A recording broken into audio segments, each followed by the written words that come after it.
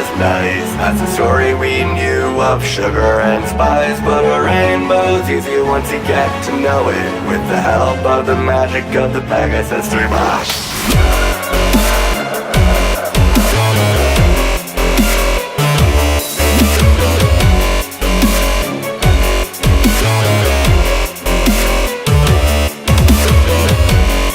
Hello all you freaks out there on the internet, it is I, the Roni, FritzRolle732, and we got a great episode for you guys. We got the one, the only Rainbow Factory. Now before I get down to full story details about this fic, here's a little background check for you newbies out there. The thing about this story is it was actually based off of a song under the same name, but by a musician by the name of Wooden Toaster. And the song, well, before I wasn't too into the Grimdark, and so when I first listened to the song, I wasn't too much of a fan, but I do gotta say it did have a great sound. And then when I did, I was kind of shaping it up, but I was still like, nah, it's still not my favorite. But to this day, right now, I gotta say that song is a fucking bomb, you guys. It is just an awesome song. I encourage you guys to check it out. But going forward, so after the song was made, one fanfic writer by the name of Aurora Dawn decided to, why not make a story adaptation to it? So we got this, and let me tell you, just like the song, it has gained some positive reviews. However, even though I will admit the song right now is amazing, but does that mean that the story is amazing? Only one way to find out. So with that being said, let's get down to the story details of this fic.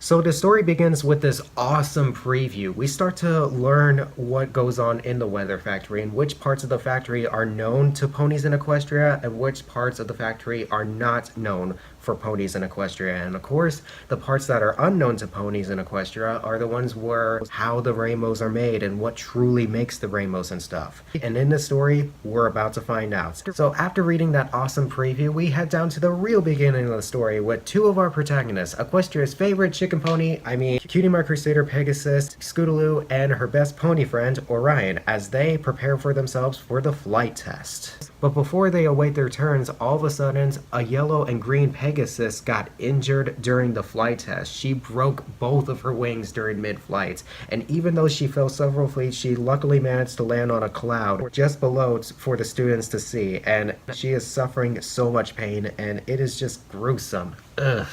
But after that happened, it was then Orion's turn, but he decided to refuse to take the flight test because he could not stand seeing that pony suffer the amount of pain that she was going through after she received that injury during her flight test. So even after the scolding from the asshole instructor, he decides to not take the test and fly down to the injured pony, even though this prevented him to pass the flight test. So after that, it was now Scootaloo's turn, and Scootaloo is off to an amazing start, but then all of a sudden she decides to do a quick check and see what is going on down below her, but then as that happened, bam, she starts hitting a hoop, and that causes her to fall several feet. And even though she managed to quickly recover and try to get back to the test, 3 hoops down by the judges, she failed the flight test, and she has now joined with the 2 other ponies and are now off to banishment from Equestria.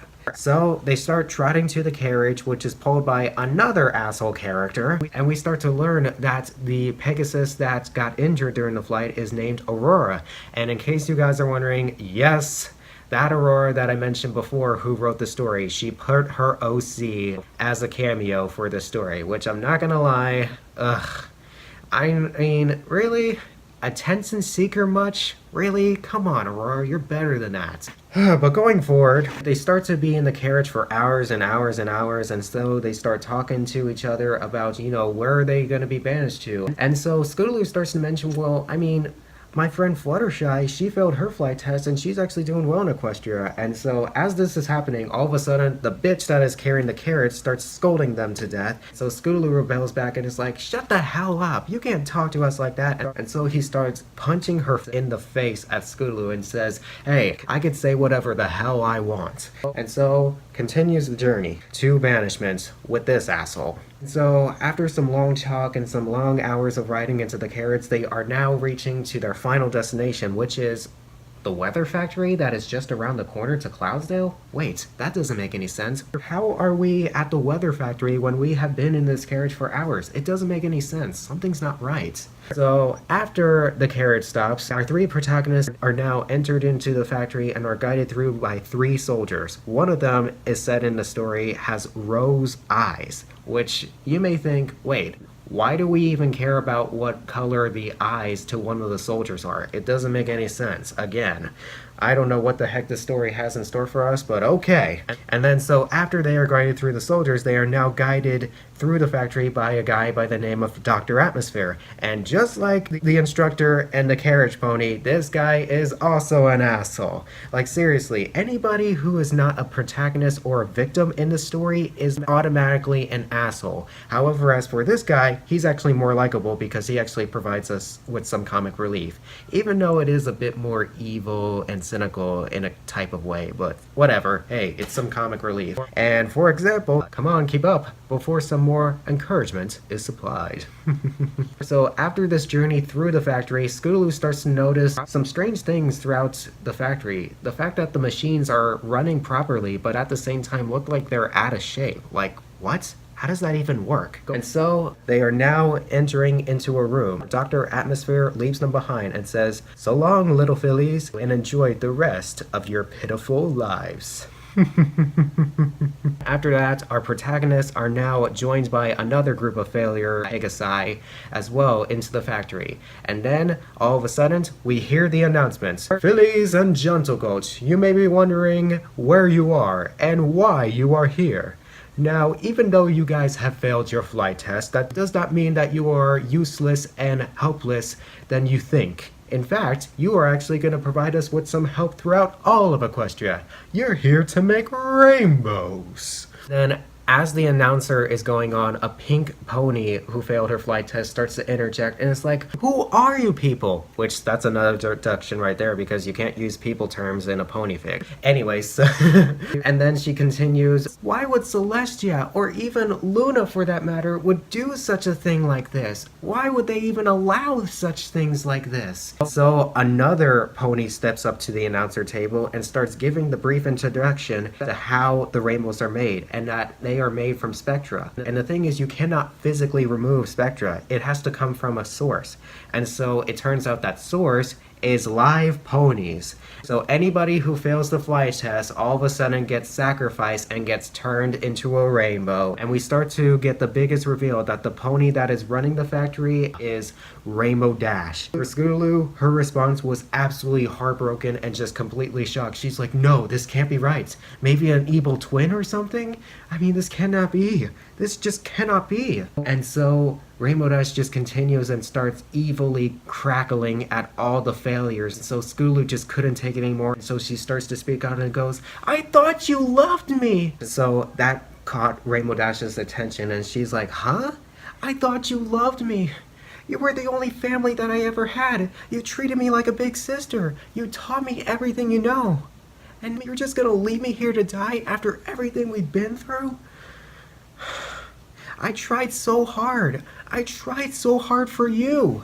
So you can tell, out of all the words that were coming out of Scootaloo's mouth, you gotta feel nothing but emotion right there. I mean, I was like feeling it. I was like, oh my gosh.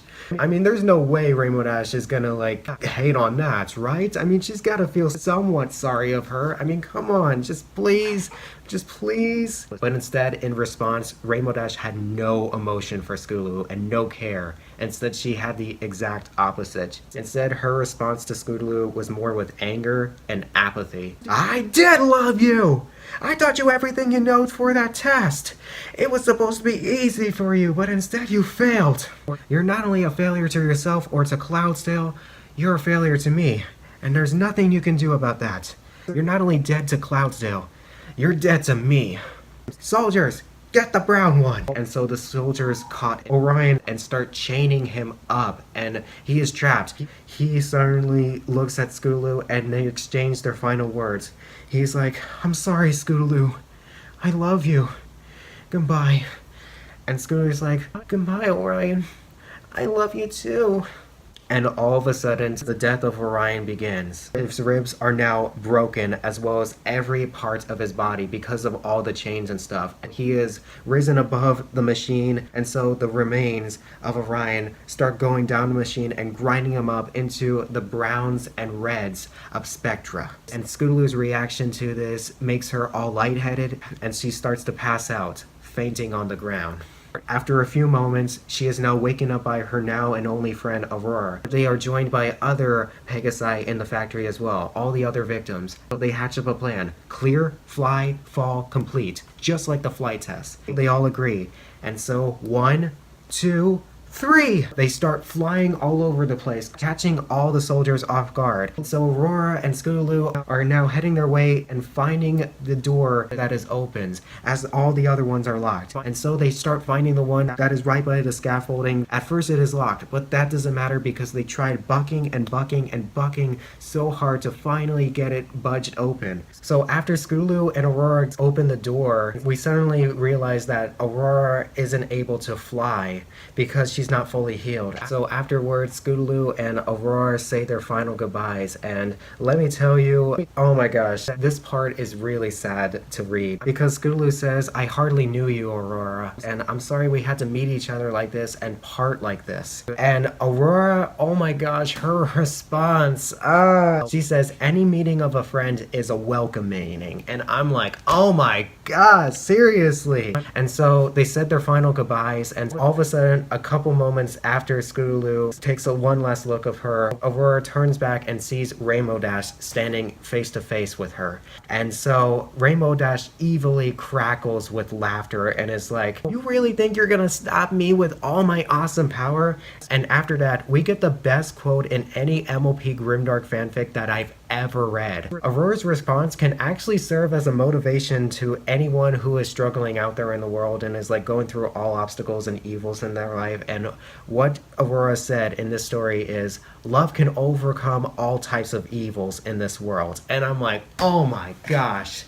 That's the quote of the year right there, people. But then Rainbow Dash's response, this was the part where I, for the first time ever, had to say I hate Rainbow Dash because I'm a diehard Rainbow Dash fan. And so for me to see her like this in her character, it just, I hate it. It really pains my heart. But anyway, so Rainbow Dash's response is, "Well then, bitch, let's see if love can overcome this one." After Rainbow Dash's response, we all of a sudden witness what could possibly be the most brutal and most insane death in any MLP Grimdark fanfic ever. And what Rainbow Dash does to Aurora is she rips opens one of Aurora's injured wings. And Aurora did not scream. She did not want to give in to Rainbow Dash even though she was in horrible amounts of pain. And even though she did not give in, it did not stop Rainbow Dash for dragging her whole entire kicking and moaning body into the air. And now they are up above the machine.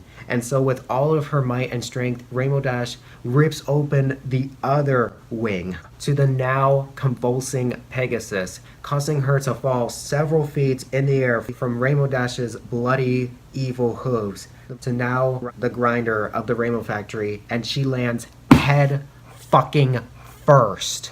Oh my gosh. And then she is now grinded up into the brightest yellows and greens that the factory has ever made. And sadly, as it said in the story, no pony was there to see it. So then moving forward, we now head down to Scootaloo escaping and flying for all of her life. And after a few moments, she's now in a high-speed chase with Rainbow Dash. They are about 500 meters apart. And even though they are close, Scootaloo is being as agile as she could, trying to avoid all obstacles. As for Rainbow Dash, she is flying through the obstacles, but that still slows her down, even if she is in range mode. And then Scootaloo comes up to a vent down below her hooves. And she either has to make the choice to continue forward to the darkness or to go down into the vent. It's a 50-50 risk should she go for it. And so she decides to literally take the fall and goes down the vent. After a few moments, she sees Rainbow Dash up above her. And Rainbow Dash is all enraged because it looks like that Scootaloo has finally found her freedom. but then that emotion changed, and after some confusion from Scootaloo, she all of a sudden takes another few moments of glance to finally realize that she is back into the theater room and is now surrounded by a circle of soldiers, locked and armed with high-powered tasers, and one of them shoots Scootaloo midair, causing her to fall into the ground, passed out. After a few moments of blacking out, Scootaloo is now awoken alone in the room with Rainbow Dash chained and locked up. And we, the readers, are just awaiting for the last final moments of Scootaloo in the Rainbow Factory. And so Rainbow Dash asks, "Any last words, Scootaloo? You horrible whore of a foal?" And Scootaloo responds, as she said, softly and calmly, "You have beautiful eyes." And so ends one of the most iconic MLP Grimdark fanfics there is known to man in this fandom, Rainbow Factory. So, here are my final thoughts, you guys, for this story. And first things first, you may ask, wait, you have beautiful eyes? What does that even mean? I'm glad you asked, you guys, because in my first experience reading this, even after watching Lost Narrator's reading to Rainbow Factory, I still did not understand why Scootaloo said, "You have beautiful eyes," until I saw a reactor by the name of Joester109's reaction to the reading, and we soon realized that what that meant was, it was actually a reference to the first point of the story where Scootaloo first met Rainbow, and it wasn't at the part where Rainbow takes off her mask to unveil herself that she's actually the pony in charge of the factory. It's actually the part where she was actually one of the 3 soldiers that guided Scootaloo, Orion, and Aurora to the entrance of the factory where they met Dr. Atmosphere. She was the rose-eyed pony who had beautiful eyes. So that, I gotta say, points for Aurora Dawn for amazing writing and referencing. And that's also the thing, you guys. Overall, the writing in the story is just absolutely great, especially with that awesome preview. I love it when stories have a prologue. It shows them that they are true writers. I love that. And also, after reading this, I feel as though the goal for Aurora isn't only to make a story adaptation to the original song made by Wooden Toaster. I feel as though the goal to this story was to be the grimdark that defines all grimdarks. And not only just stories related to MLP, but in general as well. And do I feel that this story earned that title?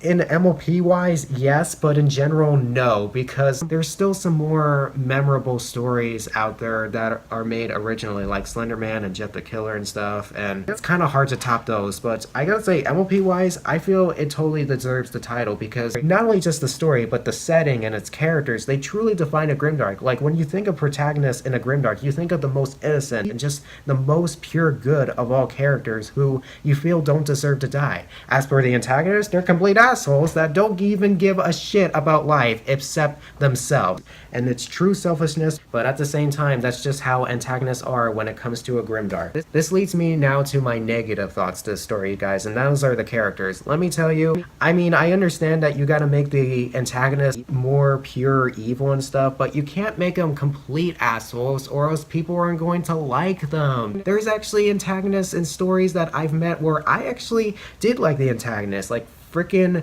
Candy Mare from Something Sweet to Bite, or Cupcake's Pinkie Pie. Like, it totally fits her personality to be a serial killer. I mean, when you think of the crazy ones, you think, yeah, that's totally perfect for her to be a serial killer. I mean, I could see that. But as for Rainbow, I mean, killing Scootaloo as the element of loyalty, it just does not make any sense whatsoever. And as for all these background characters, they're just complete assholes that I don't like. I mean, except for Dr. Atmosphere. He was more cynical and genius type of way. But if I had to give a final rating on this one, you guys, even with the bad characters, this story still had some great writing and stuff, and I totally understood the goal that it was trying to go for. So overall, I give this story a 3.5 out of 5. I thought it was genuinely a good story with some great writing, and I encourage you guys to check it out. So kudos to you, Aurora, for writing such an amazing story. But anyways, hope you guys enjoyed my review on Rainbow Factory. If you had read Rainbow Factory yourself, please click down your thoughts in the comments below and be sure to give this review a thumbs up. Also be sure to subscribe check out the rest of the series, click on the bell, all as well, and be sure to follow me on Instagram at FritzRolle732. And before I give my last send off, I want to give a quick shout out to Aurora for letting me use his remix to the iconic song Rainbow Factory. Be sure to check out all of his music stuff, you guys. It is absolutely amazing, especially the remix to Rainbow Factory. I freaking love the dubstep. And also, be sure to pay some respect to the original musician of the song as well, Wooden Toaster. He makes some amazing music as well, other than Rainbow Factory. I encourage you guys to check it out. So, I told you guys my first-hand experience with the Rainbow Factory in this episode, but in the next episode, since spring season is here, that also means that fashion season is on the way as well. So that will be the time where we get to know about Rarity's new patterns. I heard that Rarity literally had to kill some time to make these new patterns, and also I even heard from her that when they're done, they are to die for. That's a wrap, everyone. See ya! In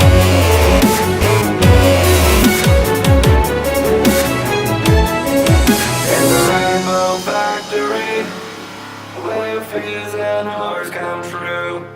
In the Rainbow Factory, we're not a single soul.